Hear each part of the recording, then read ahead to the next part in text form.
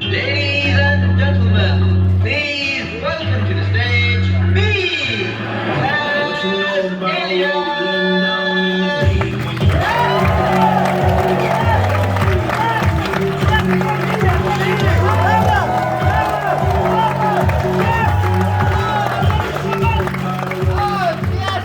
Did you have a good break?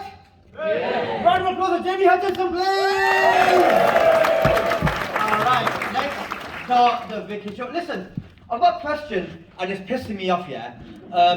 Who decided to call it the Indian variant and not the Vindaflu? Comedy! We're back! No, it's very serious, not the Vindaflu. I've heard the Vindaflu is so serious, apparently it's so serious that it'll put your non into a coma! Lift off! Yes! There's no refunds! Fuck you! Yes! This is the show you paid for! 18 months of lockdown, welcome back! No, it is serious though.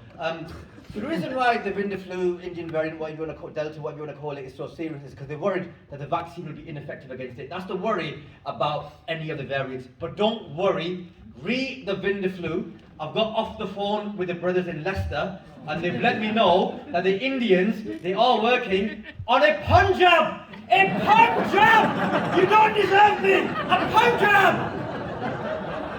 I wrote that by myself! A Punjab!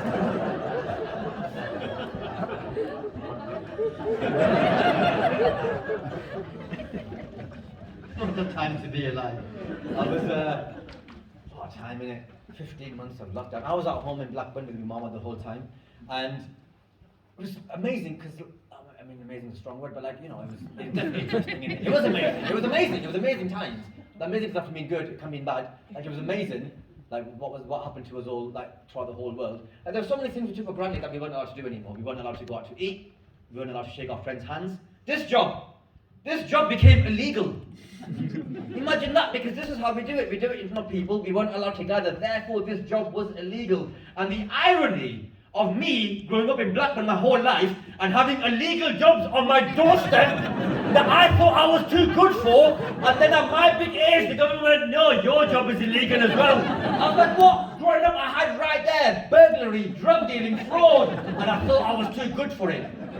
Now, I'll be honest, I did do a bit of fraud. I did a bit of fraud. Like, who hasn't done a little bit of fraud in their life? You know what I'm talking about, in the whole job. You know what I'm talking about. A little bit of fraud, a cheeky bit of fraud. Who hasn't? Any woman who's got blonde highlights right now, cheeky bit of fraud. Cheeky bit of fraud.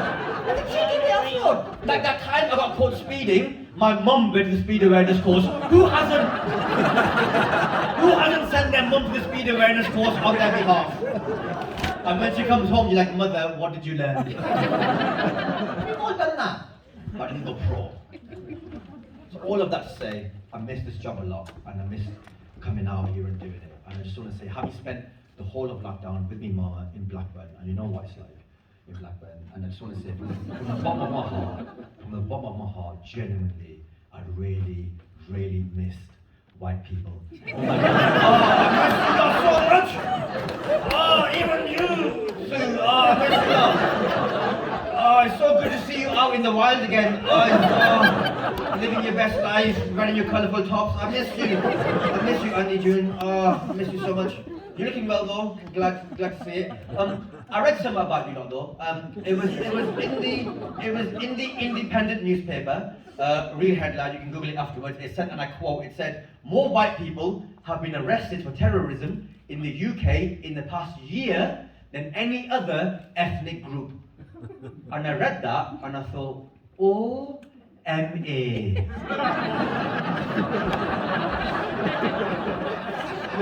We lost some people with that one. Not everybody at RE at school, we lost them. There's some people literally explaining it to their friend now.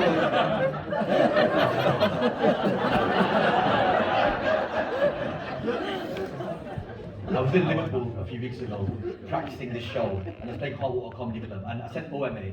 Everyone laughed except this one guy looked a bit confused, possibly a bit tipsy. Turned to his missus and goes, "I don't get it." And she looked at him and she goes, "Oh, it's all my Asians." What? I wasn't thinking, "Oh my Amir Khan." That's not what I was thinking. Anyway, so I read this headline. It said more white people have been arrested for terrorism in the UK in the past year than any other ethnic group. And genuinely, I read that headline and I thought, oh my God, is there no end to these people's cultural appropriation? Will they not leave my people with anything? Look, we're all good at what we're good at. My people, we're very good at that. Leave us to it, innit? You're going to take that off us in a lockdown? Greedy. And that's why the Taliban have to come back.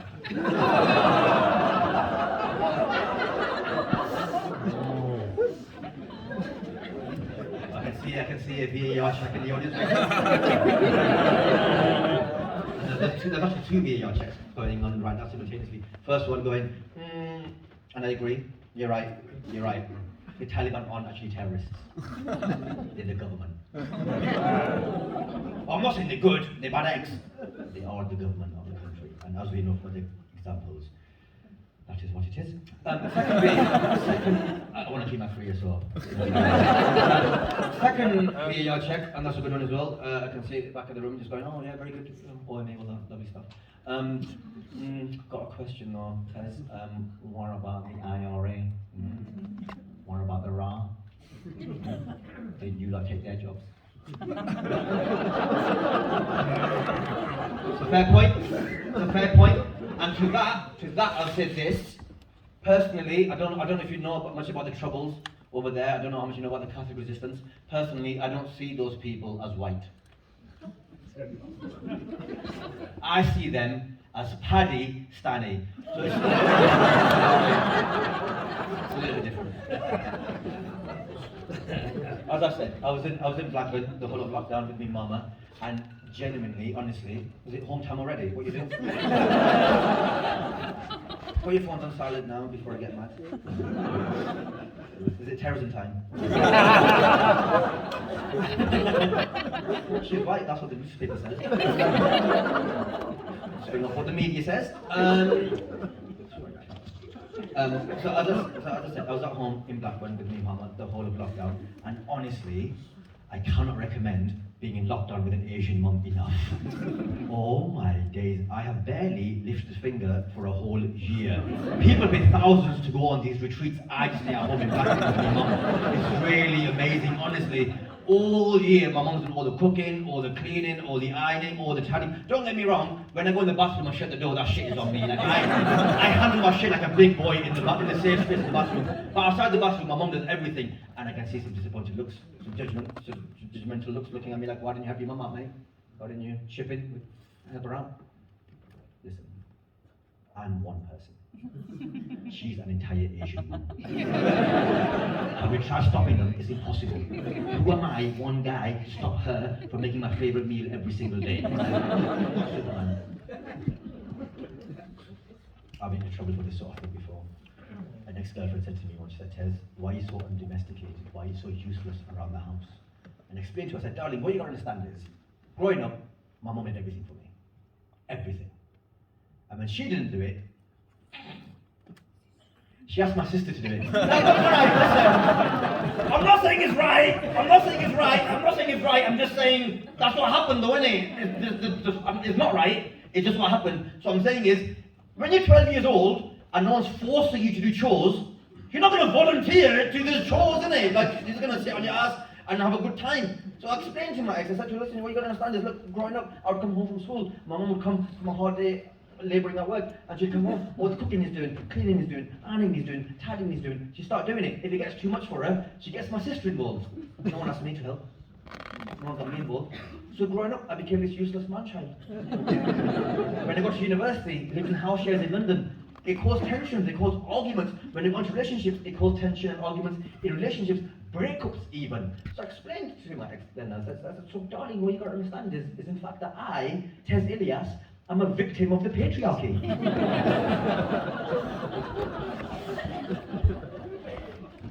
Not a lot of sympathy for that one. Try this then. Quite early on in the pandemic, my mum got quite ill. She got a little bit ill, right? This is lockdown 1, the good one. No, listen. How good was lockdown 1 though?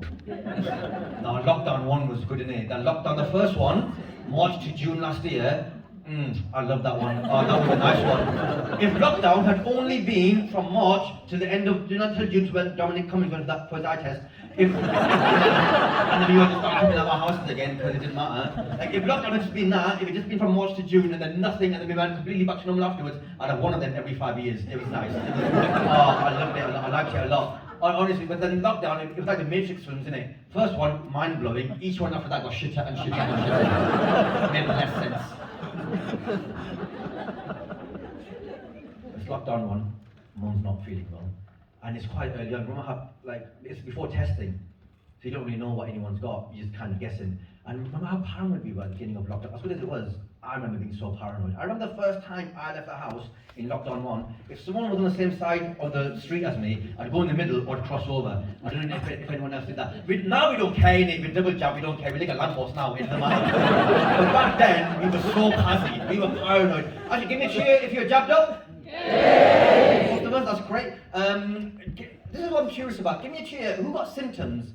Who wasn't feeling well after one or both jabs? Give me a little cheer. Yay. What a few of you, that's quite interesting. I didn't get any symptoms after either of my jabs, but that's because I'm not a pussy.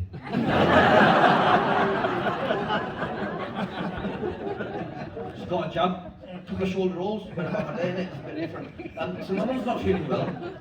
So my mum's not feeling well. This lockdown 1 is quite early. We don't know what the symptoms are really because we're just going off what the telly and internet saying, and so I'm really worried about her. Each subsequent day she's feeling less well, which is basically what happens in COVID, so I'm feeling the worst. And then, you know, we've all got that part of our brain that speaks to you, we've all got it, it's just a little voice in our heads. He starts chatting about my mind's an asshole. He starts talking to me, he goes, it's me. This guy.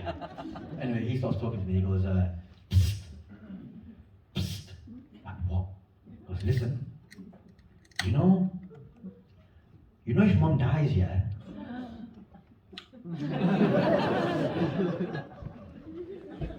You know if mum dies, yeah? How are we gonna eat? What the hell? How can you be so insensitive at a time like this? And as you well know, our sister lives around the corner! I've got just the on my phone for Fridays, we're gonna fry.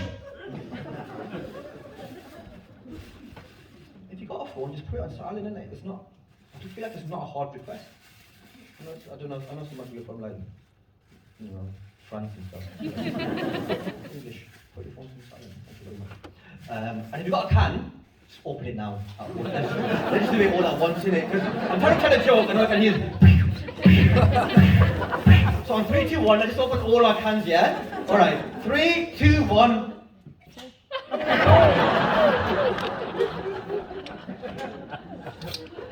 Oh my days. Alright, some of you don't know what 3, 2, 1 is.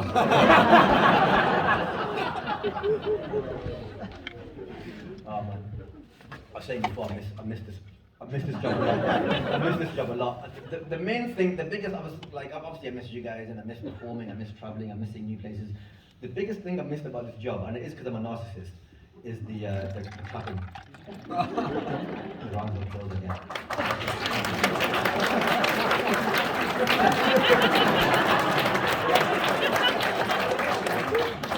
I don't care if it's patronizing, I'll take it, I don't mind. Whatever round of applause you want to give me, I'll take it. Because you've got to remember, right, I do this job for a living, and minimum, twice a show, I get a massive round of applause. Coming on stage, going off stage, sometimes in the middle of the show, just like that, right? So sometimes you get 3, 4 applauses every single evening. I do this job 4 or 5 times a week for 10 years.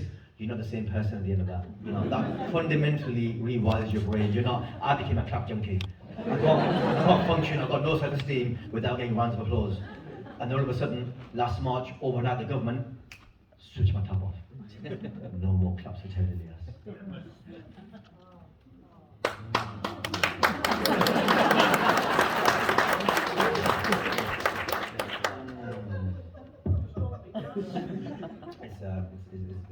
it was difficult, but like it was hard because that's what I need claps and I tried to find them in different places because I couldn't gig anymore. So I tried to find applauses in other places, and it became difficult. At one point, I promise you, it's a true story. I bought my own laundry basket downstairs by myself without any basket in it.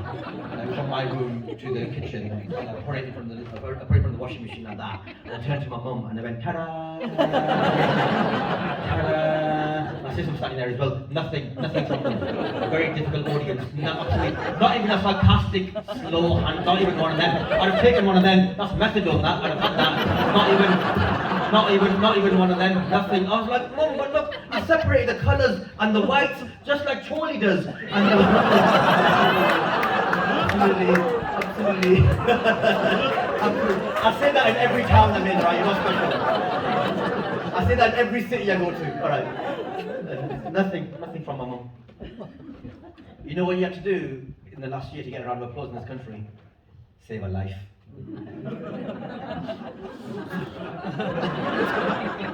Is that who we are now?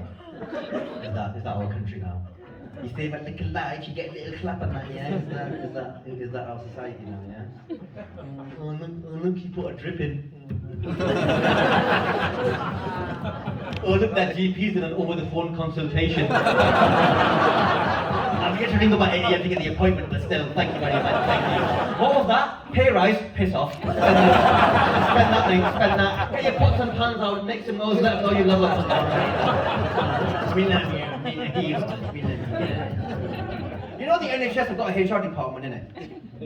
Now they got all of that. You do differentiate where your claps went. You just clap for everyone. But you're on your doorstep going, this is all you got doctors and nurses, this. Not for the pen pushers. No, you clap for every single one of them. Oh look, that HR person disciplined a Filipino nurse for complaining about racism. Well done, mate. Well done, mate. Oh look, that car park that overcharges everyone. Well done. Oh, very nice. Well done. Heroes.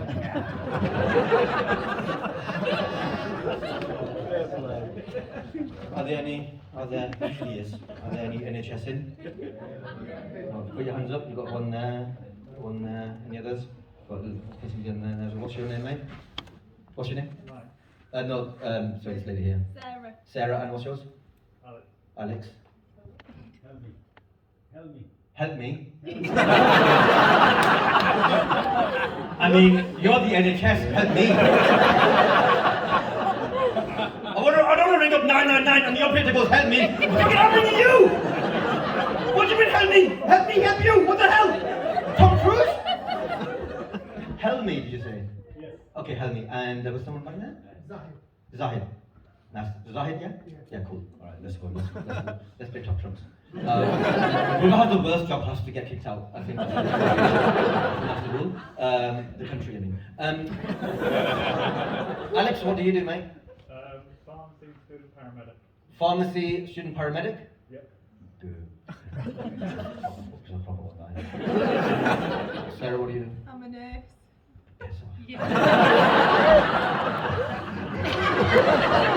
Fucking shut thief! Zahid, what do you do, bro? IT manager. Fuck off!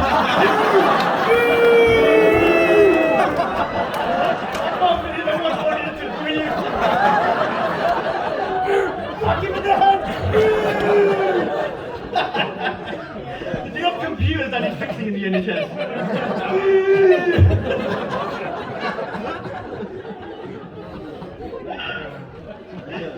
Still got cut last year though, innit? We're doing that.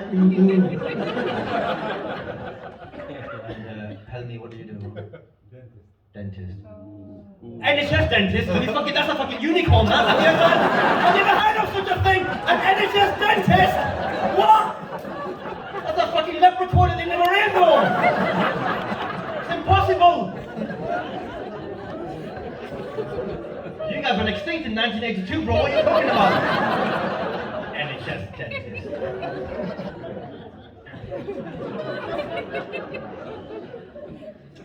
When we were clapping, we definitely weren't thinking of dentists. Definitely were not thinking of dentists. You might have siphoned off some of the applause for yourself, but that was incidental. That was purely accidental. taking all of Sarah's claps over here. I mean, 2 Asian lads, not a GP amongst you. What the fuck?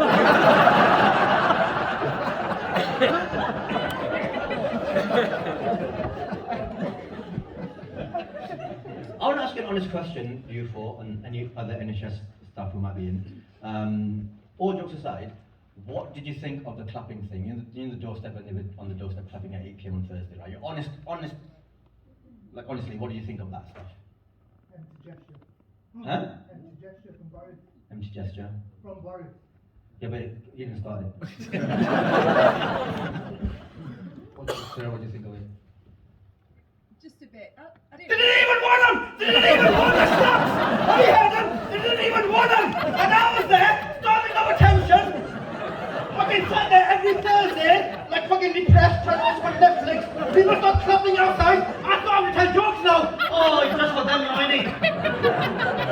Clap thieves! I'm not clapping for my own brother.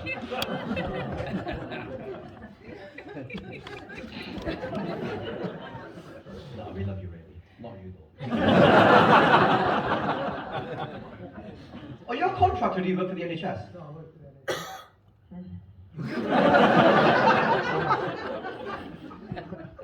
People like that when you pay your taxes. Joking, obviously. Asians love going, oh, like we're going to start a fight. No, just jokes. You know what we didn't get for the first time this year? New Year resolutions. This was not the year. This was not the year for a New Year resolution, is it? Could you imagine, mate, if one of your friends came up to you this year and was like, actually, I think 2021 is the year I'm going to bet. No, it's not.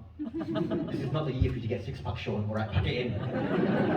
Every single person who lives in this country, every single person, whether you're from here, born here, just live here, every single person in Britain, we all had the same 2 New Year resolutions. Every single one of us. Don't die, don't get depressed. That's it. And you know what, Charlie? 1 out of 2 ain't bad, so well done. You did wicked. I had one friend, one piece of shit, that decided to keep a New Year resolution. The only way I found out is because halfway through January, this guy texted me, and all his text message said was, hiya mate, sponsor me, and then a link to a sponsorship thing. Zero context. I didn't know what was going on. So I replied back to him and went, hiya Gary, I'm going to call him Gary for this story. Because that's his name. I went, hiya Gary, what's going on here? And he goes, oh sorry, I'm doing dry January. Gary, that hasn't explained anything. He goes, Tez mate, I'm not drinking alcohol for a whole month. Give me some money. I'm like, Gary, I'm so confused. Because as you know, mate, I don't drink. So why don't you just take it out of what you owe me? I don't drink, I never have. Give me a cheer if you are drinking tonight.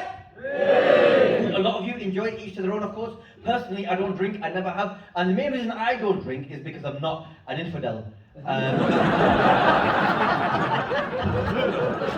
That's a swing of the butt, by the way, not a beheading. Because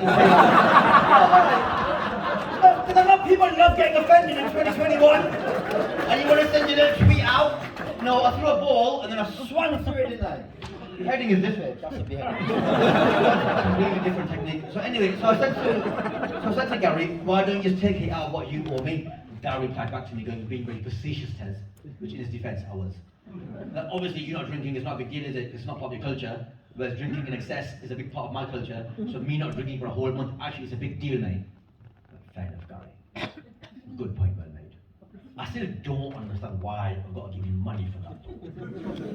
If you don't want to drink, don't drink. If you think not drinking somehow makes you a better person, crack on. But when I stopped being homophobic, people didn't give me money for that, did they? Like, I just stopped doing it. I didn't even monetize that. I didn't have to get sweet coin out of it. Otherwise, I'd be at Pride every single year with a bucket going, put some money in, otherwise some heckling's about to happen. Gave it up for nothing, for free, like an idiot. Apparently our people are very entrepreneurial, not this idiot. For free. I feel like I'm getting really grumpy. I I was at the doctor's in the summer, I think it was July, and I was getting some bloods taken. And this nurse was doing the procedure. And towards the end of the procedure, apropos nothing, no one brought her up, out of nowhere, she turns to me and she goes, you know you don't look your age. And I went, ah, thank you. And then she goes, oh no. I mean, you don't look your age. You look older than you are. I didn't fucking ask you that! I didn't ask you! Why you brought that up? No one asked! I'll give me clap for you, you bitch! Take them back. Uninvited compliments all day long, num num num num num. Uninvited insults about as welcome as Priti Patel's own parents under her new immigration rules. I don't want them. I don't want them. I mean, I am getting grumpy though. I don't know if it's linked to my age. Maybe it's because I'm getting older, but everyone's getting older, isn't it? How old are you? How old am I? 38. Am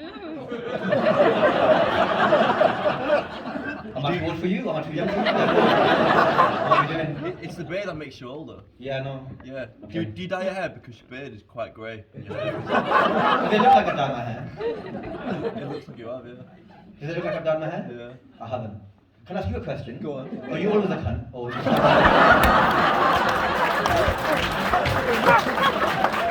is it like an act, or are you a cunt full time? Is it a full-time job, or is it a part-time job? Is it a full-time thing, part-time thing? It depends when I'm in the mood. Okay, so you're definitely in the mood tonight. Yeah. You've opened up a cunt, a can of cunt juice, and you've gone, you know what, I'm going to drink all of that. I'm going to be a cunt all night. You've had your bit? Happy? Yeah. Are you happy? I'm fucking delighted. I do this for a living. I'm very happy. So are you good? You've had your bit? You've had your bit of attention? Yeah, I'm alright. Okay, good. Fucking Indians. Hey! I'm not Indian. I'm joking. You best be. It's a joke. What are you? Pakistani. Well, I was born here, but British Pakistani. I'm just going to ask you that question. Go on, go on. I'm going to ask you a question because you lot have paid tickets for the show, innit? Do you want to hear any more from him? No! No? Oh, okay, cool.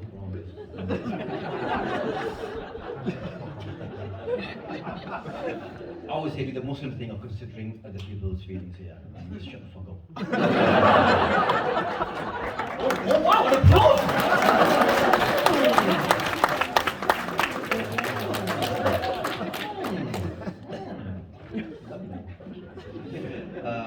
Well, I said I'm getting grumpy.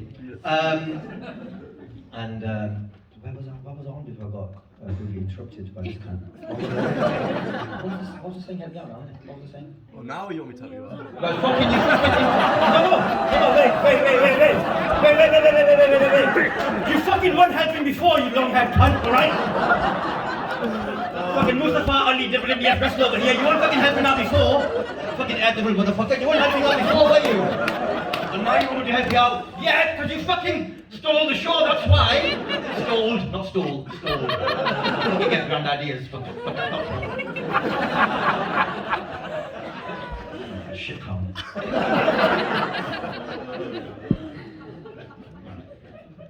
I didn't even realise how shit his hair looks when he's having a go at mine.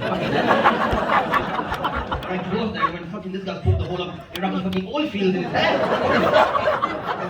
The Americans are going to invade his fucking head in a second. What the fuck is going on? Alright. My sisters are in, they're going to fuck you up. Anyway. I'm going to start with the hear some more. Anyways. I'm grumpy, that's the point. I'm getting grumpy. And my thing is, right, like I'm getting grumpier. I don't know if it's linked to my age, it might be.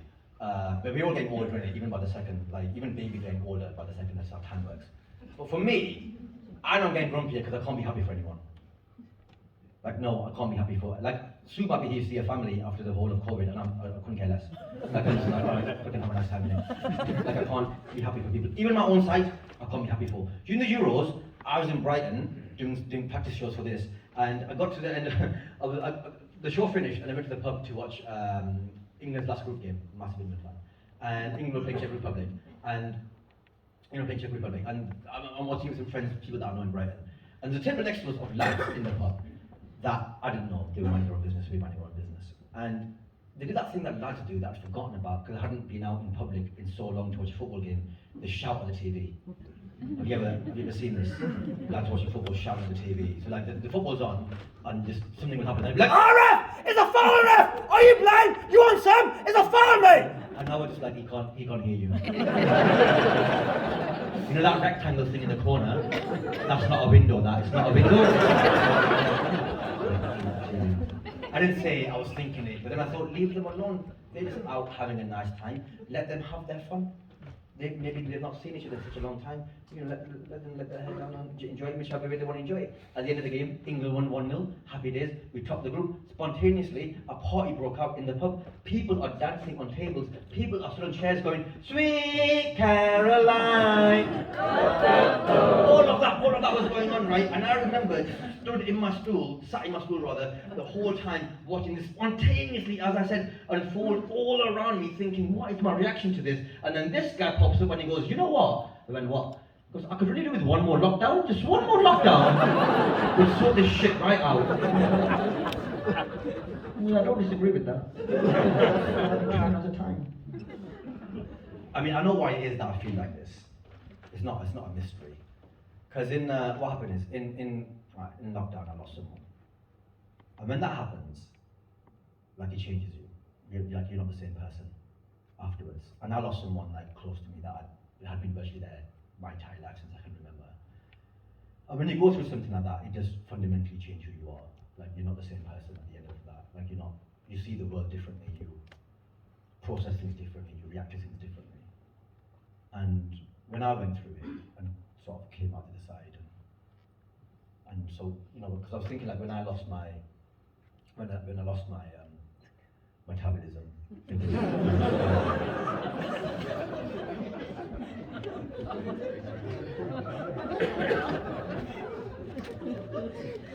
Oh, you fucking laughing?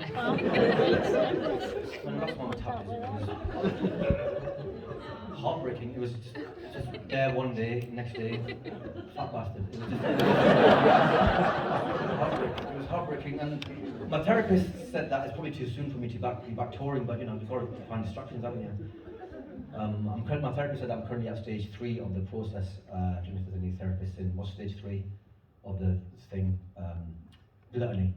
Am I gluttony? Not my therapist, my PT. Sorry, my PT. I'm at stage 3 gluttony. Yeah, so I'll sort that shit out. I did learn one thing about myself though, and that is over the last year, because we had a lot of thinking time. And what I know about myself is that Tez Ilyas, I do not agree with philosophically, morally, politically, anything the Conservative Party, the Tories. It's not a rally. Save it for 3 years' time and we get this back. Save it that. But I just don't. It's not who I am. I don't see the world the way they do. It's not who I am, right? Each to their own, of course. If you vote that way, or that's your thing. I don't. It's just not who I am. I don't agree with them. I just don't.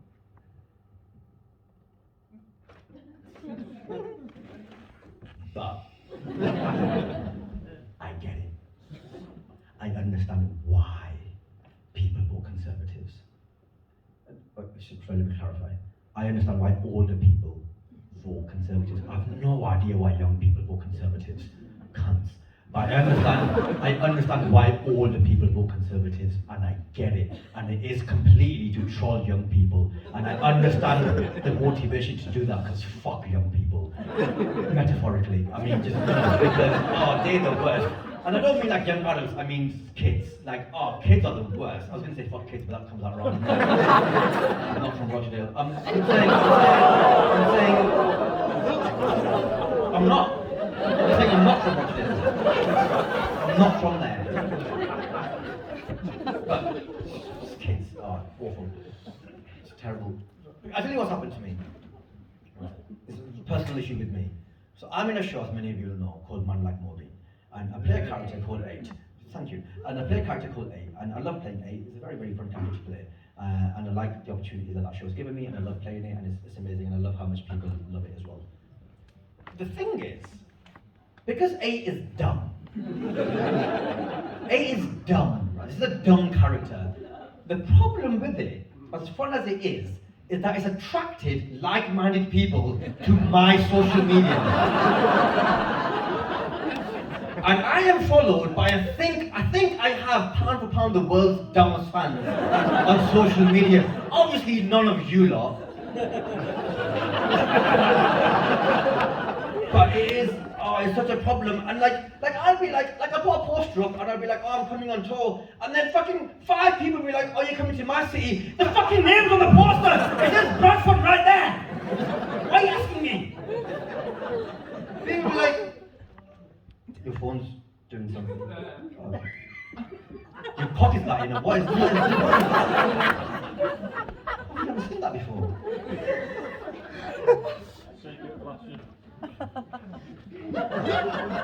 But the kids are the worst.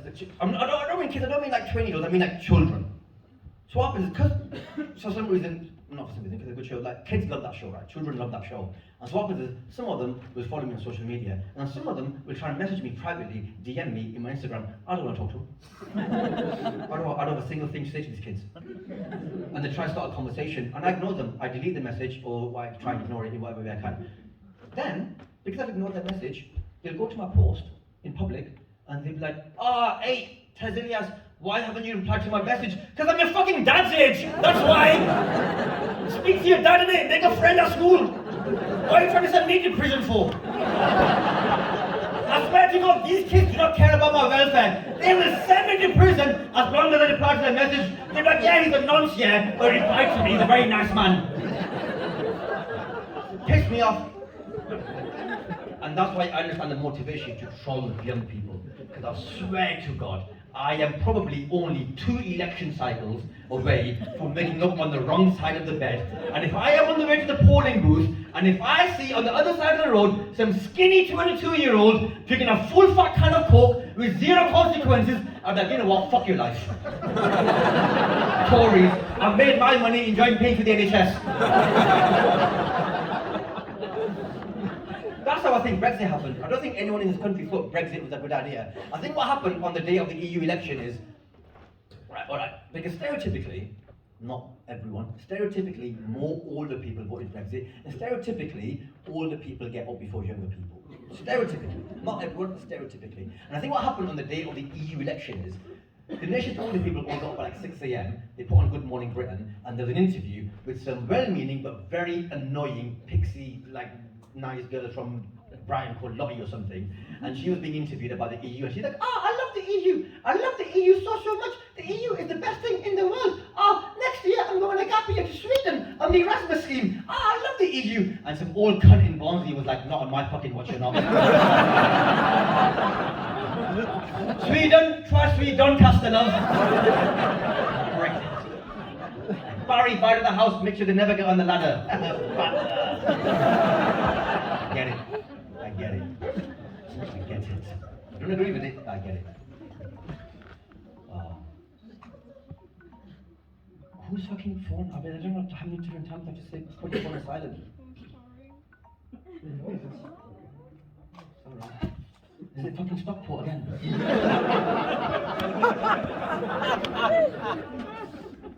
Yeah, no, that's right. For me, right, this whole thing, it starts at home. So I've got this niece, and she's 18. She was 18 over the summer, and she just started uni. She left home last week to go to uni, and I'm really thankful she's gone because she's an asshole. I'll tell you what she's done. I'll tell you what my niece has done, and then you can judge me. So my niece, without asking anyone, without talking it through with a single person in the family, without asking anyone's permission, my niece is 5'10".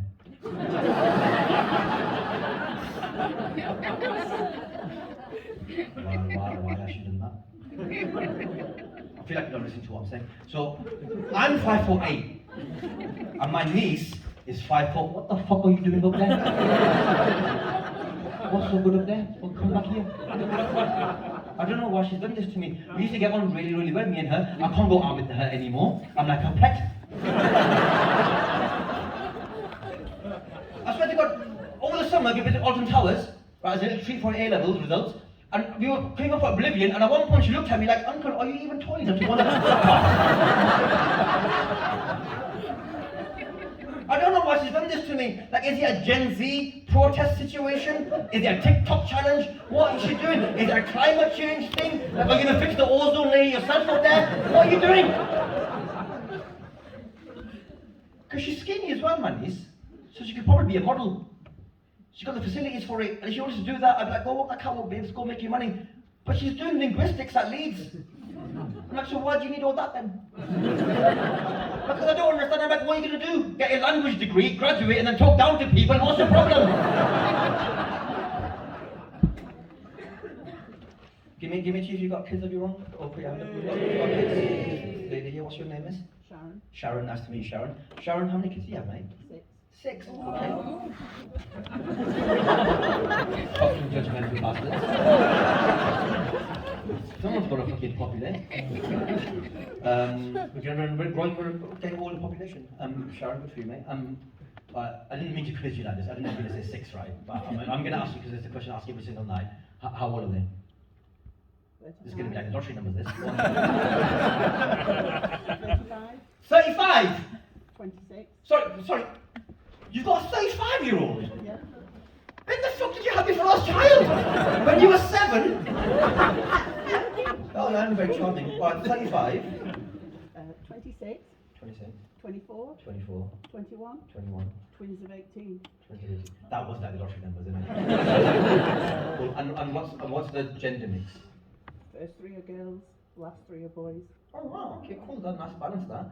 Okay, that's cool. And Sharon, do you like them? I like one of them. She likes one of them! Thank you for your honesty, Sharon. Because I didn't ask Sharon if she loves them. Obviously, Sharon loves her kids. Does she like her kids? It's not the same question. Every parent knows that is not the same question. Because Sharon, I don't have kids, you know, because I value my spare time and money and mental health. But Sharon, my sister, she's here somewhere, she's got 5 kids. My older sister, she's got 5 kids. And I do not like those kids. Like, I love them. I love my sister's kids. I would die for 2 of those kids. I don't like any of them. I mean, Big Bird's a problem, first of all, isn't she? She's annoying. I fell out with her younger brother. He's 10. I'm not going to discriminate just because he's 10. I'm not giving him a discount. Not ASOS. Giving him a student discount because he's 10 years old. So what happened is, it's I can't believe my sister's watching this online. So what happened is, it's a football race, the Euros of the summer, and I'm a massive football fan, so earlier, lifelong suffering England fan. Now I know we didn't get the result in the final that we wanted this summer, but the journey was amazing. Like, I loved every single second of it. I thought it was incredible up until that bit. It was a penalty shootout. However, I'm saying that in hindsight. At the time, I stopped supporting England after the semi-final because of my nephew. That was his first ever international football tournament. And as any football fan knows, the first international tournament is a big deal in your development as a football fan. And I wanted to make it special for him. It's the first one he's paying attention to. I wanted to make it special for him. We watched virtually every single Euro 2021 game together, and we tried to make it a good time at home. But when England beat Denmark 2-1 in the semi-final to qualify for the European Championship final, England's first final in 55 years, the first one in my lifetime. Initially, I was over the moon, ecstatic. Couldn't have been happier. Then I looked at my nephew, 10 years old, enjoying it. He's pretty chuffed up. Maybe not as happy as me, but he's pretty chuffed about it, he's smug about it. I went to go in for a high five. And then I stopped, and I thought, hang on. What have you done in your life to deserve this? Do you know what I've been through in my life to earn an England final? And he walks into one first time. Fuck off! He hasn't lived through it. He hasn't suffered with it, he hasn't earned it. My first ever international football tournament, World Cup 1994. England weren't even in it! He wasn't there, was he, in Euro 96 when Gaza stretched on the line and missed an open goal and his waistcoat wearing hero Gareth Southgate missed the penalty that means we got knocked out. He wasn't there in World Cup 98 when Beckham got sent up against Argentina and we lost on penalties again. He wasn't there, yeah, when his waistcoat wearing hero Gareth Southgate had to wear a bag on his head in a pizza hut. He wasn't there. When the Italian keeper saved the final penalty, which means England lost, Italy won, I took a second to soak it in, process it, and then I turned to him, my 10-year-old nephew, tears streaming down his cheeks like a little German girl.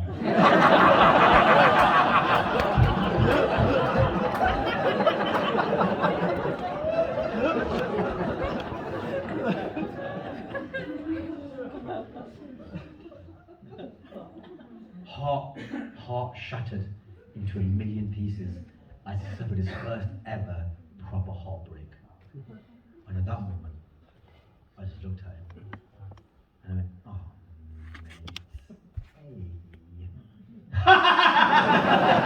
mate. In your face! Mate, not in fears! Oh, where are you going? See you in 2 years, dickhead. Bye-bye. And then when he left the room, I cried. I felt like with his younger brother,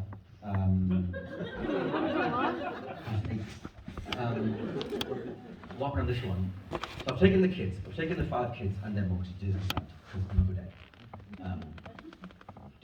Paris.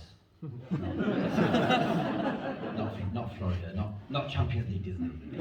Europa Disney Paris. I'm taking them there. And I love Disney. I love Disney so very, very much. It's one of my favourite things in the whole wide world. I can't enjoy myself. My entire enjoyment depends on them enjoying themselves.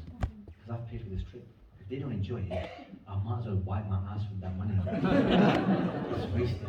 Because the nephew I'm talking about now is 8 years old. He's 8 years old the first time he's got to go to Disneyland. 8. You know how old I was? The first time I went to Disneyland, you know how old I was? The day I took him to Disneyland! I can't enjoy myself. We fell out. Before I tell you what happened, I'll say this. My niece smashed it on the strip. Not Big Bird, her younger sister. Her younger sister smashed it on the strip because she's disabled. And because of that, we all got a wristband. And then we skipped every single ride. That's what happened. Legend. And so we got a wristband and then we could skip every single ride. So we got to the back of every single queue and be like. And we got to go right to the front. Honestly, the player of the tournament. She was one of the match. She's my favourite. Love kids. Anyway, so I fell out with the 8-year-old. This is what happened. So it's the end of the trip. And we've done that thing that everyone here has done. We bought presents for people who aren't on the trip. So for example, my younger sister who's not with us on this trip, I bought her slippers that look like, Sully in Monsters Inc., the big monster in Monsters Inc. I bought her slippers that look like his feet. It's very cute. And the problem is, I've maxed out my luggage. I've got no space left in my suitcase, as has no one else on this trip. Because Asians, we are very, very bad packers. Packers, I said. The only person who's got any space left is this little 8-year-old. He's got a little bit of space in his suitcase, his carry-on. I've opened up the zip, shoved them in there, closed it, he's none the wiser. Now, we're on the coach transfer back to the airport. He opens up his bag, for whatever reason, I don't know, to get something out. He sees the slippers, he's not happy. He takes them out, shoves them in my lap. I don't want them. I'm like, well, that's worked out wonderfully. Because they're not for you. He's like, no, I don't want to take them. I'm like, just put them back in your bag. He's like, no. I'm like, why? He's like, because at the airport, they'll ask me if I pack my own bag.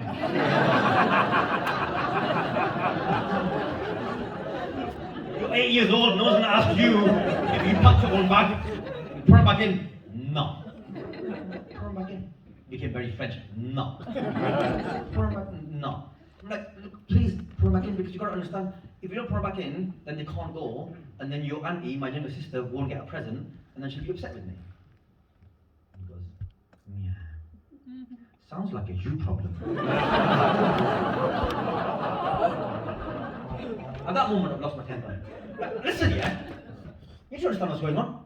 Your uncle, who has paid for this trip, wants you to put the slippers in your bag, to put the goddamn slippers in the goddamn bag. Now, to cut a slightly longer story short, I wore the slippers home. Because you can't negotiate with terrorists, you can't negotiate with the Taliban. There we are, the highway. Oh. Sharon, did you hit them? No. No.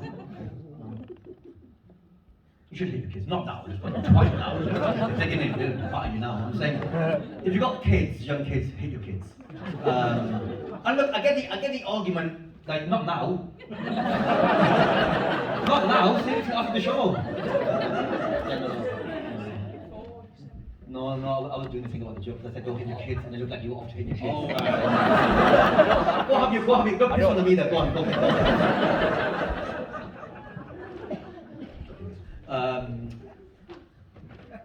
What's his name?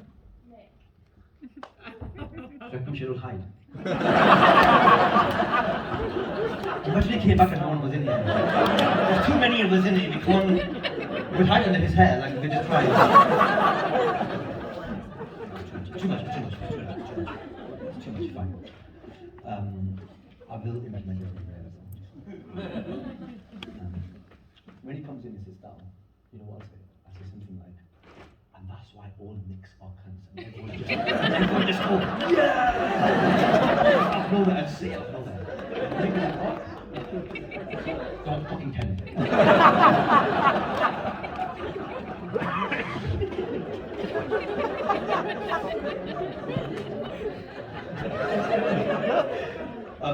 Anyway, hit your kids in it. Hit your kids. Hit your kids. Look, I get the argument that you shouldn't hit your kids. I have read it wrong, but I don't agree with it. And the reason is this. Now, what I'm going to say, Charlie, I'm going to say in quite generic, general terms, so don't jump down my throat. Now.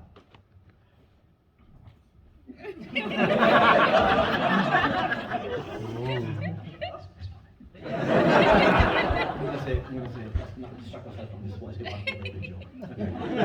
Hit your kids. Hit your kids, and the reason why you should hit your kids is this. Now. Mate, come on. Come on, mate. Don't worry about it.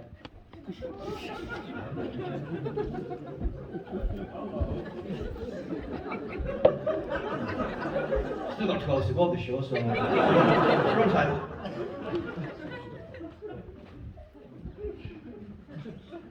Anyway, so what I've been saying for the last 5 minutes, that is the main reason why Nicks are cunts.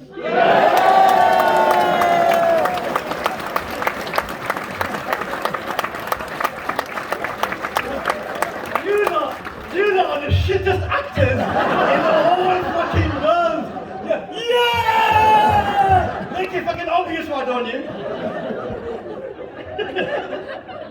Shit like England just won the Euros! Yeah! She was saying, don't let me somebody good, and she goes, no, I love him, don't do that to him, he's my soulmate. It's a very nice girl you got there. If that turns out to be his sister now, that's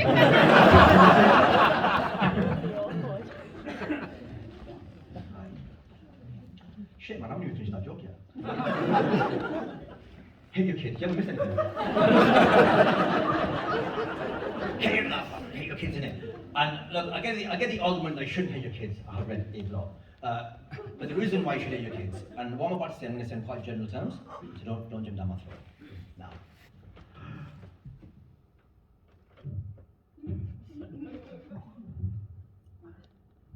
White people, I love you.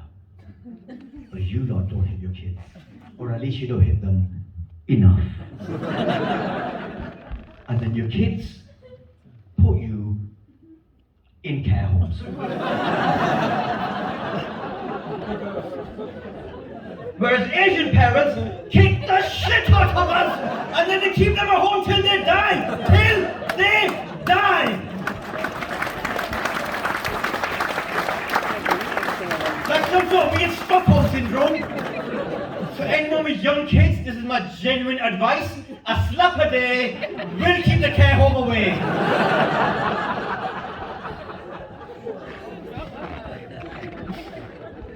Any questions? Oh man, so many distractions, so long to go. This wedding was a mistake, I'll tell you that.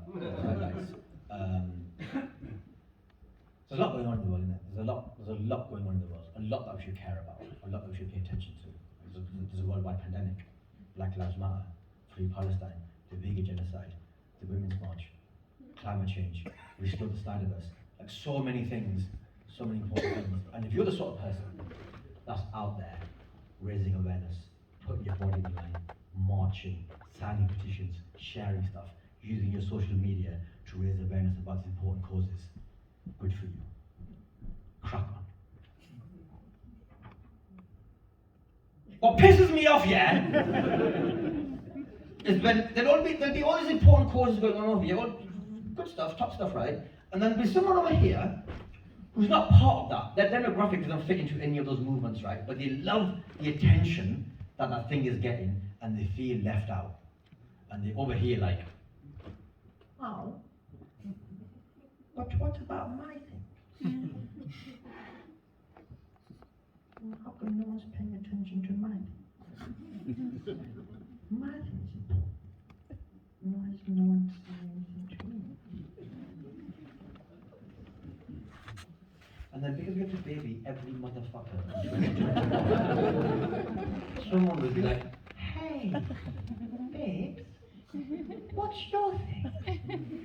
Don't you look, there's like 200 people here. Maybe you should pay attention and raise awareness about your thing. Hey now, what's your thing?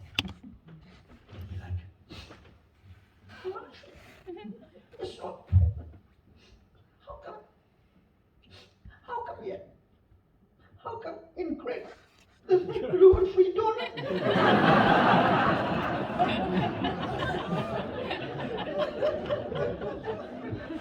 And because in 2021 you can't tell anyone to shut the fuck up, and you'll be like, oh yeah, why are there no gluten-free donuts in Greece? Someone start a hashtag, not BLM on the top, make that the topic of the day. Oh, well done. That's a bit of a silly example. But I do think like social media in general is a plague. Like never before have we had access to like the history of human knowledge at our fingertips, all of it at once. And never before, as a species, have we been more stupid. Like we are, not individuals, as a collective, we are dumb. We are, like in 1969, yeah, these lot landed on the moon. If you said to them then, what do you think would be going on in 2021? They'd be like, oh, you know, it'd be like Jetsons, innit? We'd be like flying cars and we'd be in space and we'd be at Mars and all this, yeah? No, James said earlier, people still think the world is flat. If you think the earth is flat, go for a walk in it. Just keep going till you fall off. Go on, do us all a favour. I'm on Twitter because I like watching the world burn in real time. Twitter is a mad one. Right. Over the summer, I follow Gary Neville. I'm not a United fan, but I like his politics.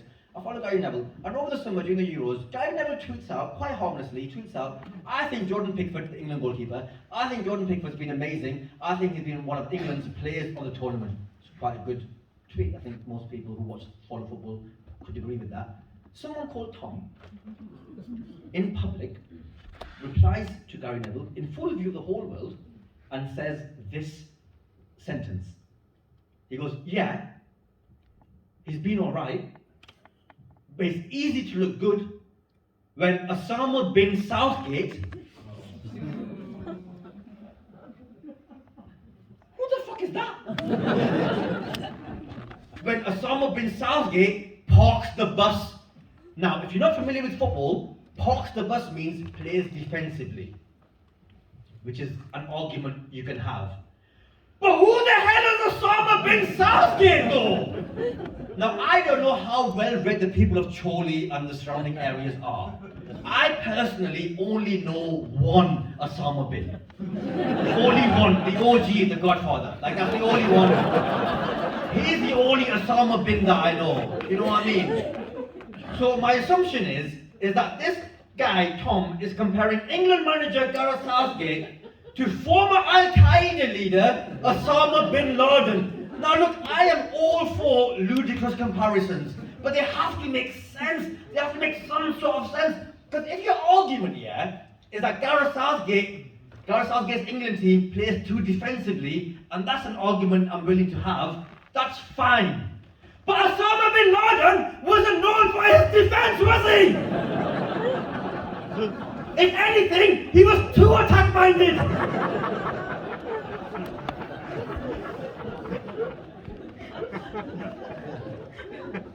Make it make sense. Again, on Twitter earlier this year, Prince Philip, the Queen's husband, passes away. Someone on Twitter, on the day, tweets out, "Oh, that's really sad that. May he racism in peace."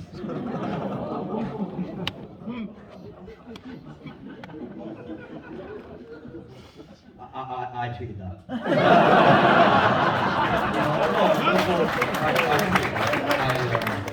thought I was being nice. No, look, I said in peace. I was being dead nice about it. The mistake I made was screenshotting it and putting it on Facebook. That was the mistake. That was shouldn't have done that. Very angry people on there. I lost 2,000 fans that day.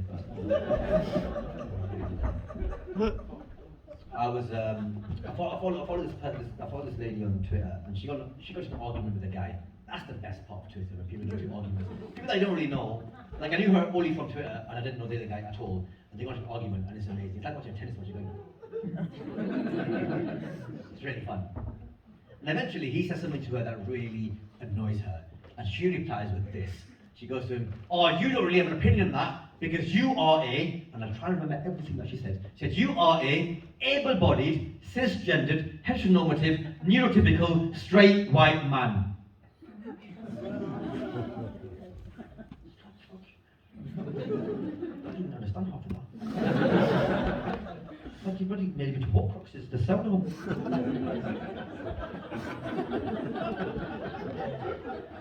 So I didn't really understand half of it, so I slid into her DMs, because I'm looking for an excuse. And I went, hi Thesaurus. What's going on here? And she was like, "Oh, well, you know, why did you say the thing?" And I get it, Dad was being an idiot, and I was on her side. I was like, "I don't know if this is, why are they giving him all these labels? Like, there's 7 labels. He's not Daenerys Targaryen. Like, chill out. He's not the father of dragons. Like, chill. Like, he's just a plumber from Reading called Keith. Like, I don't know if you need to put him on this pedestal here. I don't know how useful it is." And she was like, "Yeah, but he was," and I was like, "No, I do agree with you. I'm on your side, but I don't know if it was useful." Because remember growing up, the idiom was, "Sticks and stones will break your bones, but words will never hurt you." That was an idiom that a lot of us grew up on, innit? And now it seems like it's the other way around. And like, watch out for the words. Oh, the words are the worst. The words are really harmful. Don't worry about resilience. Watch out for the words. I understand. I'm not trying to dismiss it. Like, words can be harmful. Like, you know, UN resolution is very harmful to some people. Like, but you know, like, words can hurt. And I get that you have to be careful about what you say. Like, I obviously am anti-racism, anti-sexism, anti-homophobia, anti-Semitism. I'm against all those things. I'm against it all publicly. Now, I'm saying, like, when people are paying attention, I'm against all of it. You know, when people are listening, I'm like, "Ooh, stop it." I just think there needs to be a balance. I think there needs to be a balance. And I've got a proposal. I'm going to share it with you guys. And we talk through it. So the proposal is this. I think, in exceptional circumstances, one should be allowed to say a bad word, borderline bigoted, without it ruining one's life. In exceptional circumstances. E.G. For example, let's say I was doing Lent, I don't do Lent. I do Ramadan, not diet Ramadan. But let's say I was doing. let's say I was doing Lent, right? And my vice is sugar. That's my crack. And let's say I smashed it. 40 days, 40 nights, no sugar.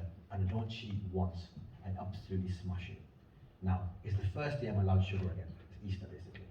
And I've got a gig in London. I've got down to London. I get off at King's Cross Station, and right in front of me is my crack den. Lawless cupcake stand. I'm jonesing for it. I've earned this. 40 days, 40 nights, no sugar, yeah? I've earned it. And I get in the queue at Lawless cupcake stand. And the person queuing in front of me happens to be a larger person. No judgments, that's just what's happening in the story. They get served, they leave. Now it's my turn. Hey, can I get a peanut butter jelly cupcake, please? It's the best one. It's a free tip. And the person serving me says, I'm really sorry. The person before you took the last one.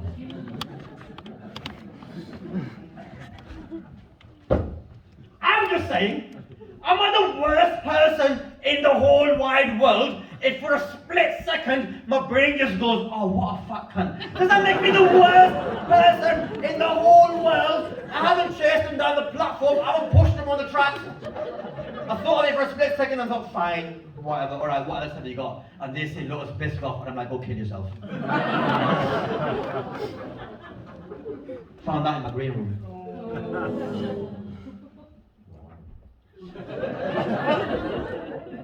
Some of you have no idea what's going on with that bit, but don't worry about it.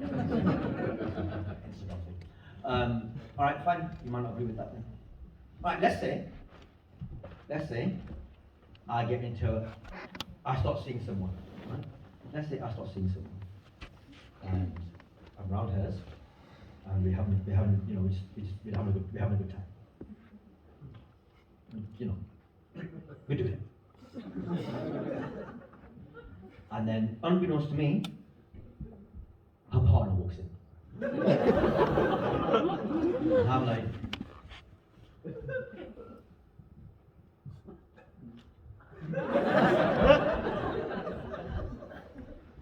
oh shit. And then I realize, I noticed there's a baseball bat right by the door where their partner is. And I panic thinking, that's it, about to get a pummeling. But instead of physically beating us up, he verbally loses his shit. And he's like, ah! Emma! Emma. Emma!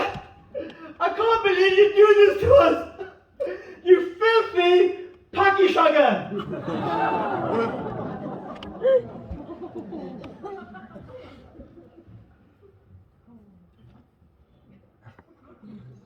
I'm just saying that I would be in the corner like,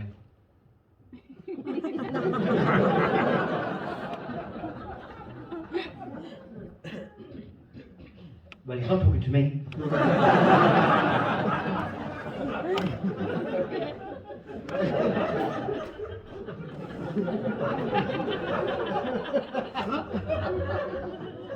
I think that should be the rule. If you cause someone, or someone causes you, a thing that warrants a punch in the face, now I know I'm in middle class surely, and some of you think that violence is never the answer.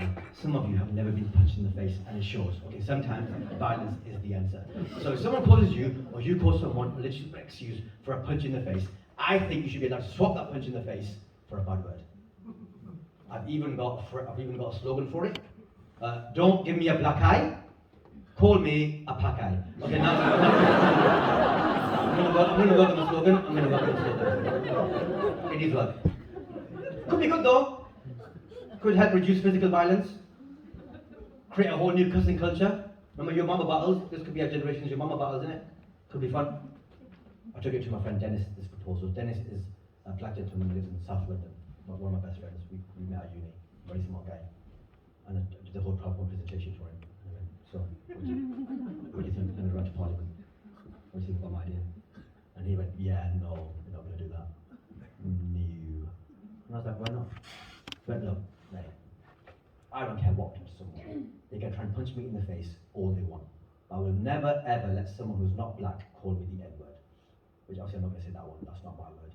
I can't say the N-word because I'm not an American police officer. So he's like, I'm like, oh yeah, no, I get that, Dennis, but could be good, that's a good idea. And he went, actually, Tez, your idea is massively flawed. And that's when I got my back up. I mean, what do you mean? Flawed? How? Because I pride myself on my flawless ideas. I mean, what do you mean? How's it flawed? Let's think about it, right? Let's think about this idea of yours. Right, for us guys, you know, being people of colour, ethnic minorities, whatever, there's lots of words to call us, right? And I went, yeah. He went, women of any shade, there's lots of words to call them. I went, yeah. He went, gay people of any shade, there's lots of words to call them. I went, yeah. He went, disabled people of any shade, there's lots of words to call them. I went, yeah, what are you trying to say? He went, well, what would you call a straight white guy who's not ginger or fat?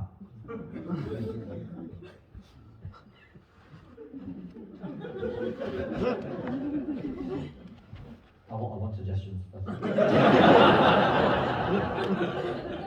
going around the country that no one's got anything, like nothing of the level of like the N word or the P word or the F word or the S, like nothing that is the same sort of digs into your soul in that way. There's nothing. I've thought about it a lot, like I've given it a lot of thoughts, like there's nothing, and so unfortunately we can't do my plan. So I do apologise. I know a lot of people are looking forward to going out there and saying the words, but I'm sorry, we can't do it because once again, straight white men have ruined everything by being so bulletproof. It's not just social media though. The actual media is in some ways worse because social media is unregulated. The actual media is regulated. So how did they manage to be so bad?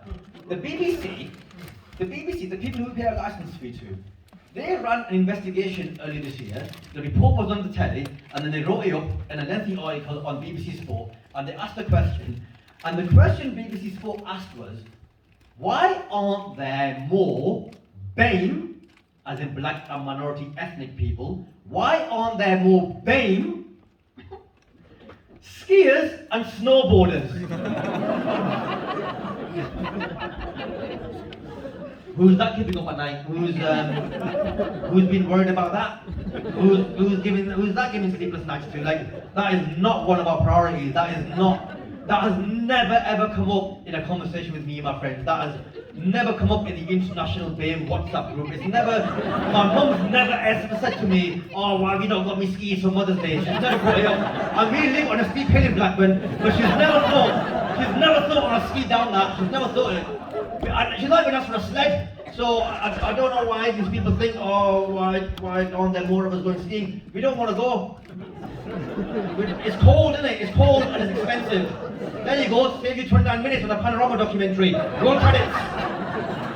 We don't want to go there. BAME people, we watch Cool Runnings like it was The Revenant. It's terrifying. That's a horror film. I don't want to go. I swear if you've got BAME people, we've got bigger things to worry about than skiing and snowboarding. Like the acronym BAME. Oh, I hate BAME so much.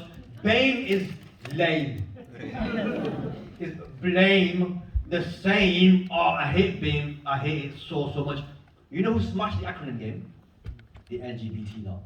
Yeah. You know what that full acronym is in 2021? LGBTQIAPK. That's an acronym.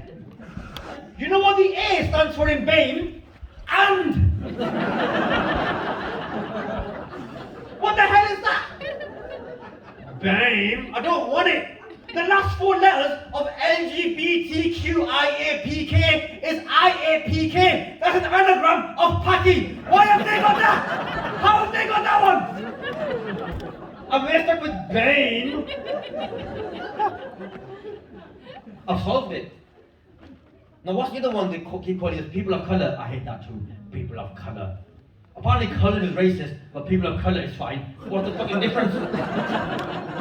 Pock off? I solved it though. I solved it. The right acronym for us BAME people has been there the whole time. And it's being misused at the moment. I don't like the people using it. I'm going to take it off them. And that is BBC. That's us. We own the BBC. That's us. Blacks, browns, Chinese looking people. That's all of us. Who does that leave out? Blacks, browns, Chinese looking people. That is every single one of us. And I swear to God, we won't ask dumb questions like why are there so few BAME skiers and snowboarders? We're not gonna ask dumb questions like, oh, why are there so few ISIS people at Oktoberfest? Because it's not. What are they gonna do there? There's no for them in it. Why are there so few white kabaddi players? Because they don't want to get a slap at that time. Oh, why are there so few Bengali basketball players? Because fucking how? How are they gonna do it? Fucking 5'3" LeBron James over here. Nia Jordan, what's he gonna do?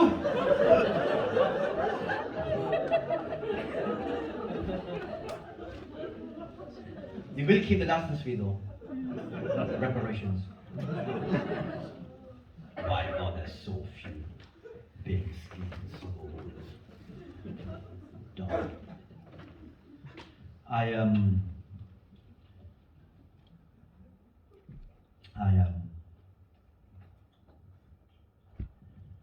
I went skiing last year.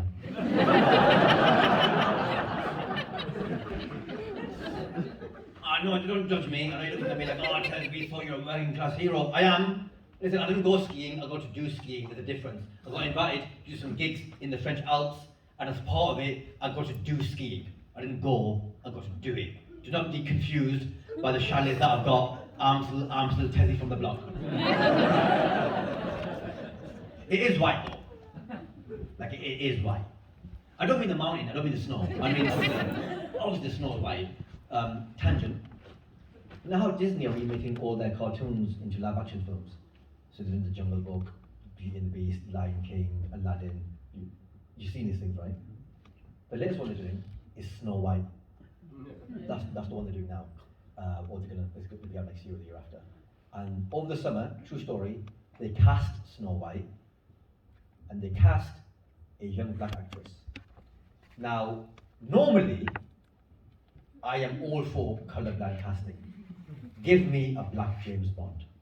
Give me a brown Doctor Who. Right? But all I want to be is the first ever Asian Doctor. But in this case, her name's Snow White. Like, it's in her name. She's not called Black Ice. She's called Snow White. Mirror, mirror on the wall, who's the fairest of them all? At least cast like an albino sister or something. Black Widow has a lot to answer for. Anyway, so I've gone skiing. And it is white. Like, it's white. Not in a bad way.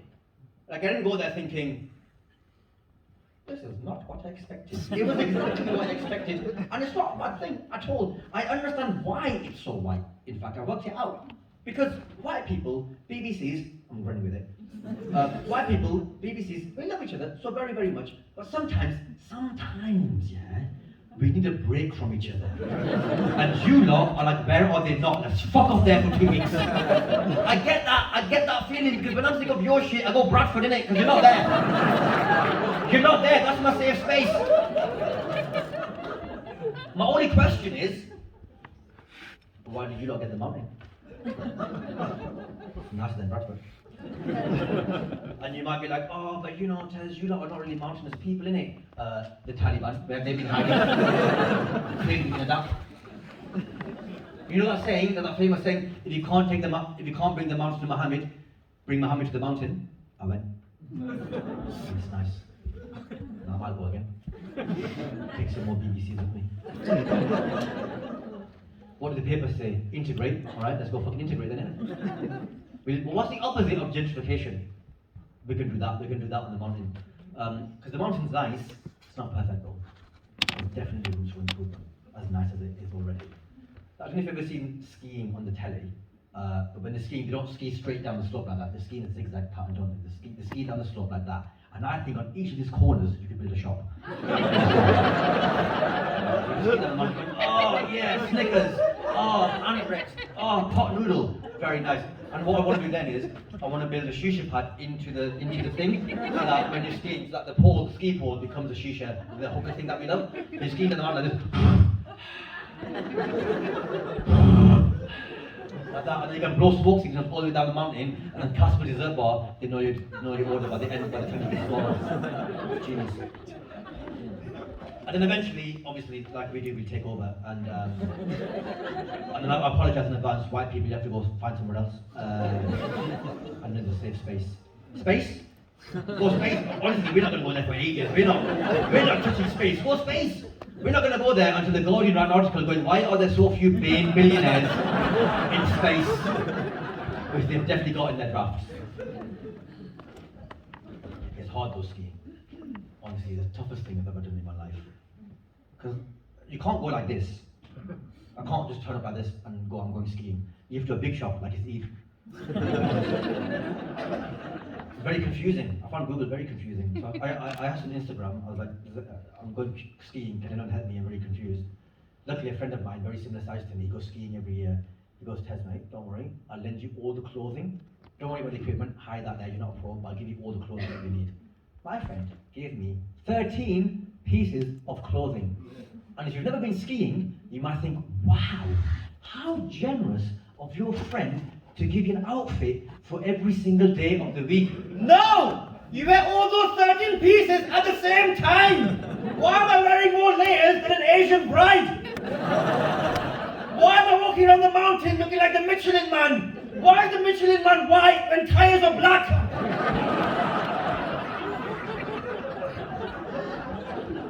So many questions.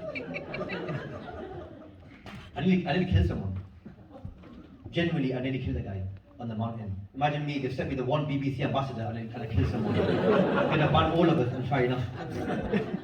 So I'm telling you, I'm a novice in it. I've never skied before in my life, so I'm on the slopes and I'm trying to learn. But as I said earlier, the technique is this, right? That's the technique for skiing, is that. I had one technique, boom. Boom and inshallah. That was my entire skiing technique. Close my eyes and just pray, and you get to the bottom in one piece.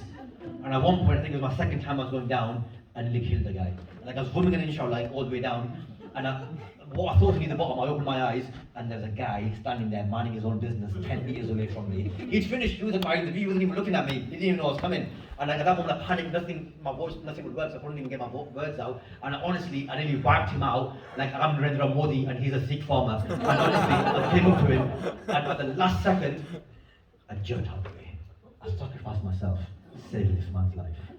And he looked at me, because obviously I'd come out of the corner of his eye, he was gone, oh. I looked at him and went, I'm really sorry sir, I nearly killed you, I apologise.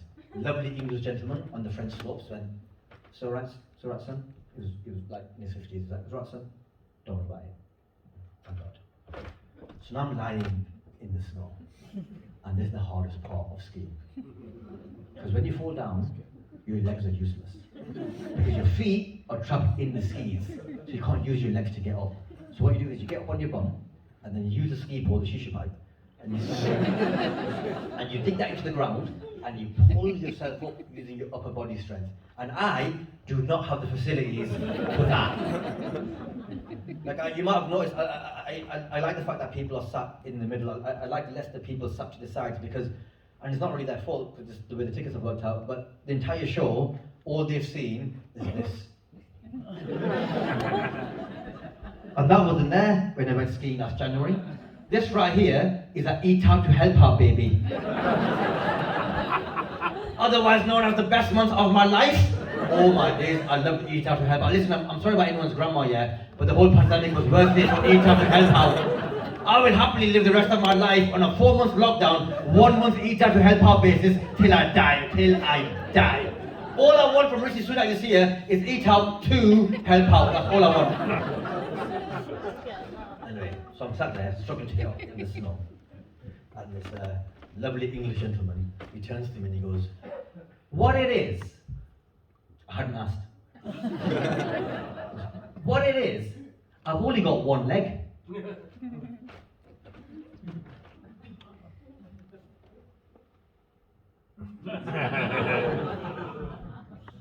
No, he hasn't. He's got 2 fucking legs. Go on, tell him.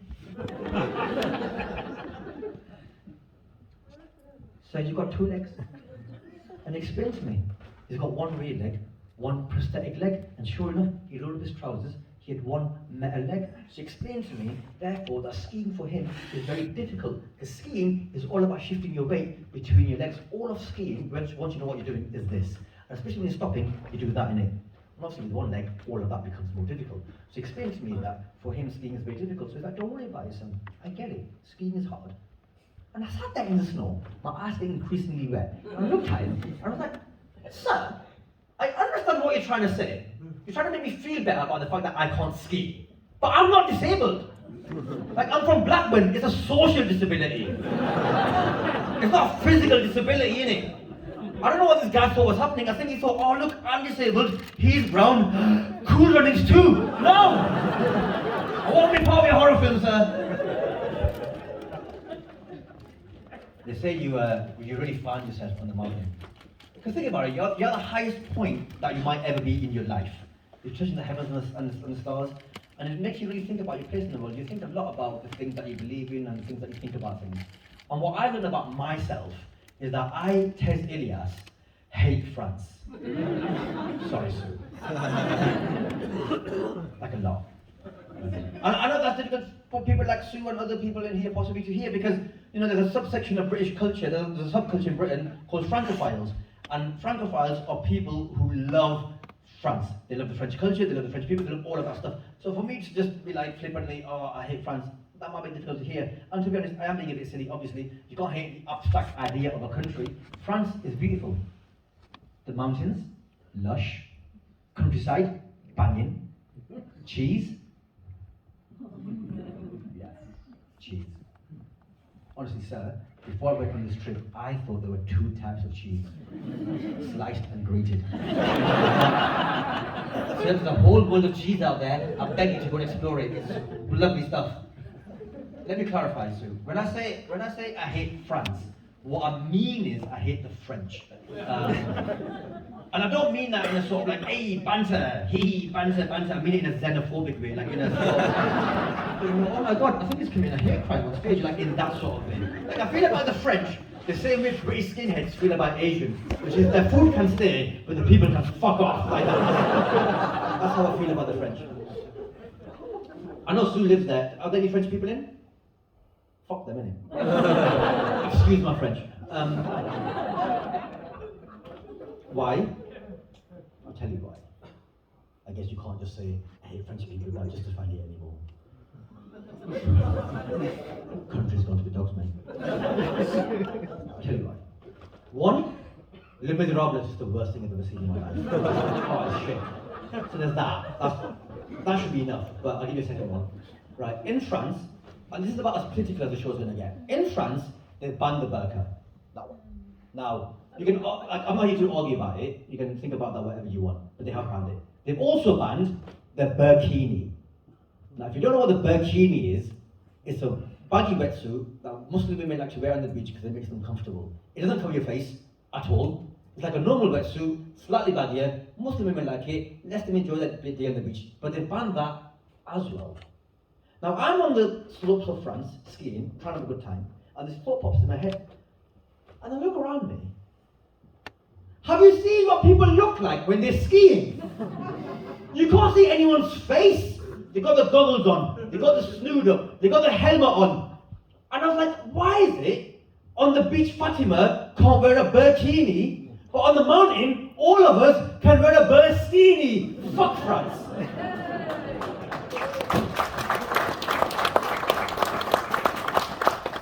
Also, Francophile, it does rhyme with paedophile. No, I'm being silly, that's a silly one. But it does though. I'm being silly, I'm not saying it is, I'm not saying it isn't, I'm just saying do your own research. That's how every shit conspiracy theory starts. Someone dumb will say something like, 5G causes coronavirus. And then someone who's less dumb will be like, does it though? I don't think it does. And then this person will be like, no, it does. Well, I don't know. Do your own research in it. Maybe it does, maybe it doesn't. You do your own research, bro. You read one WhatsApp message from your Abdi Bushra. Amir Khan was on this. My local sporting, our local sporting legend, Amir Khan, from down the road in Bolton. He was on this. It was in Pandiwan. You know, he was on his Instagram live last March, April, May, whatever it was. And, you know, so much to do. He's on his Instagram live. Nothing wrong with that. And he's doing Q&A with his fans. And someone asks him, hey bro, I've heard that 5G causes coronavirus. What do you think about that? I think it's true. Now, first of all, why have we got to Amir Khan for scientific advice? I don't know. Because Amir Khan has many strengths. Virology is not one of them. Like, there are questions you could ask Amir Khan legitimately. Like, say you got a boxing fight coming up, made like a white collar boxing thing, and you want to learn, and you could ask Amir Khan. You'd be like, hey Amir, I've got a fight coming up. How do I avoid the punch? Maybe don't ask Amir Khan. That's I'm saying there are questions you can ask for that Amir, which are fine. Now, if Amir Khan turned around and said, ignored it, or went, I don't know, that's not my area of expertise, I'd be like, bang on, mate. Nice one. Amir Khan didn't do that. Amir Khan went, yeah bro, I heard that as well. I heard 5G causes corona. Yeah, I don't know, maybe it does, maybe it doesn't. I guess you gotta do your own research. Oh my, Amir Khan. The only 5Gs Amir Khan needs to worry about is the 5Gs he got in his GCSEs.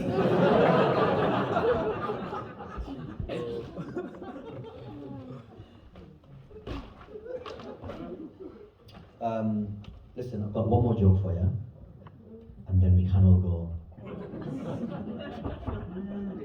Thank you. Have you had a nice time? Yeah. Good. Listen, I've got a couple of things to say, then I'll tell you my final joke, and then we can all go.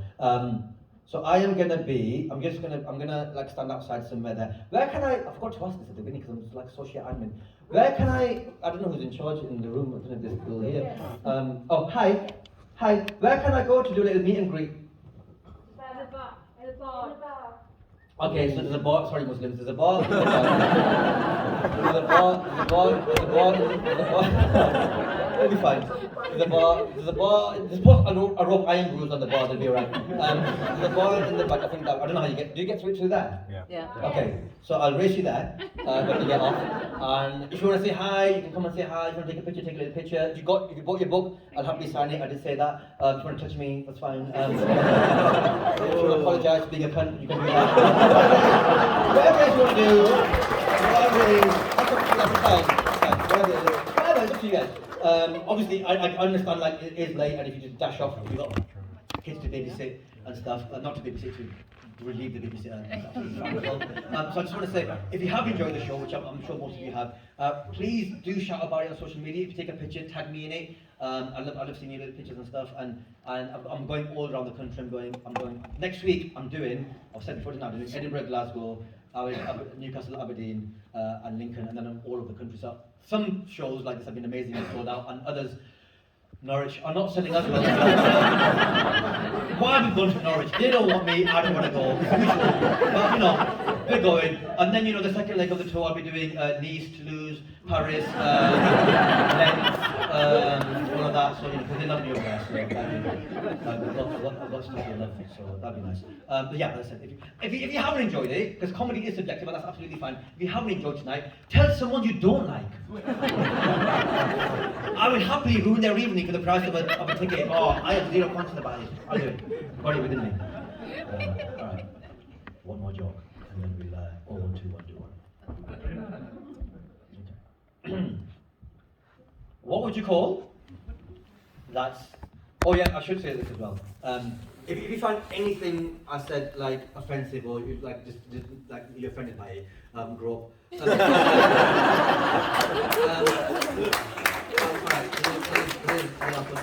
Okay, it's just a joke. This is a rhetorical question. You know what that means, isn't it? It's a test, and you passed. Alright, what would you call an Asian archaeologist? Indian Jones? No, fuck off! I didn't say it was a good joke. I didn't say I'll save my best joke till last. Here it is. I said here's a joke. Honestly, thank you. Quick history lesson, and then we go. in the year 1 BC, that's one before Corona. So 2019, in the before times, I was in Walsall, near the West Midlands, in the West Midlands, near Birmingham, performing to a rugby club. And there's a lot of, like tonight, a lot of energy in the room, it was a lot of fun. And I got to the end of my set, and I like doing that Indian Jones joke, because it makes me laugh, if no one else. And I went, guys, what would you call an Asian archaeologist? And this this voice from the back of the room just shouted out, dig deep!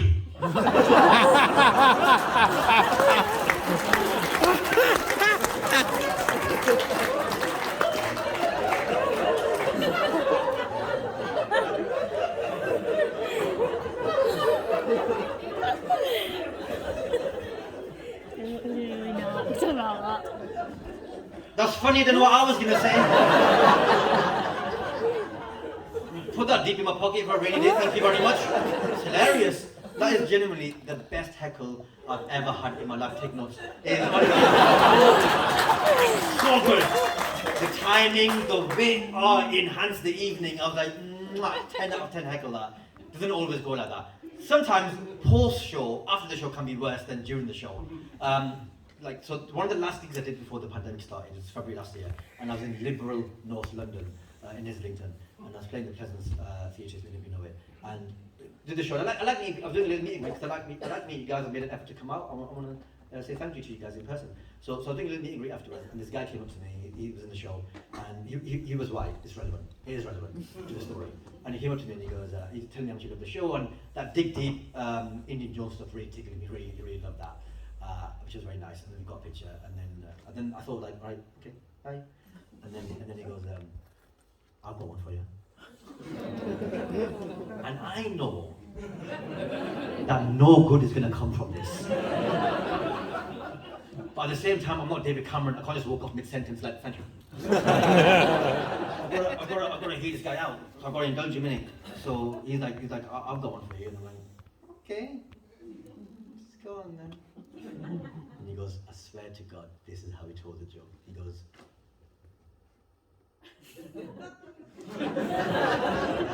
if you're going to go through the Green Cross code before you tell a joke, you probably shouldn't tell that joke, innit?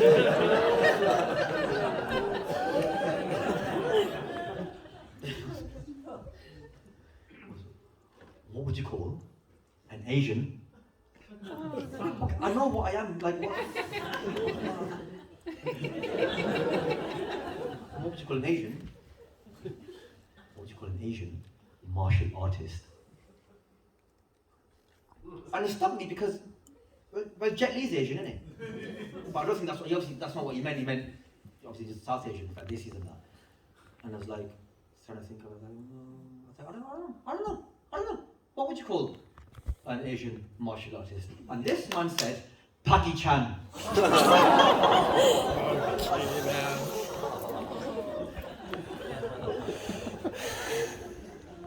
And then he said, obviously I can't say that. You can say it. You just fucking said it! How have I heard it if you can't say it? Are you Professor X? I heard you say it! And then I was trying to think of a suitable response, because I'm a witty guy, you know, I'm a stand-up comedian for a profession, I'm a professional. I was like, right, come on, all right, let's see what I've got to give him back. Nothing. Nothing would come. In case of emergency, break glass. I was like, help me out. He goes, I've got nothing as well. I was like, oh, nothing. And then I realised I had nothing. It was a straight white guy. There's nothing I could say back to him that's equivalent of the P word or anything like that.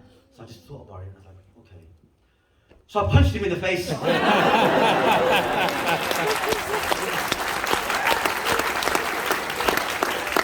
Sometimes violence is the answer. And then I panicked and I thought, oh my God, did I do good? You did wicked. Guys, I've been Tez Ilyas. Good night, and God bless you. Thank you very much.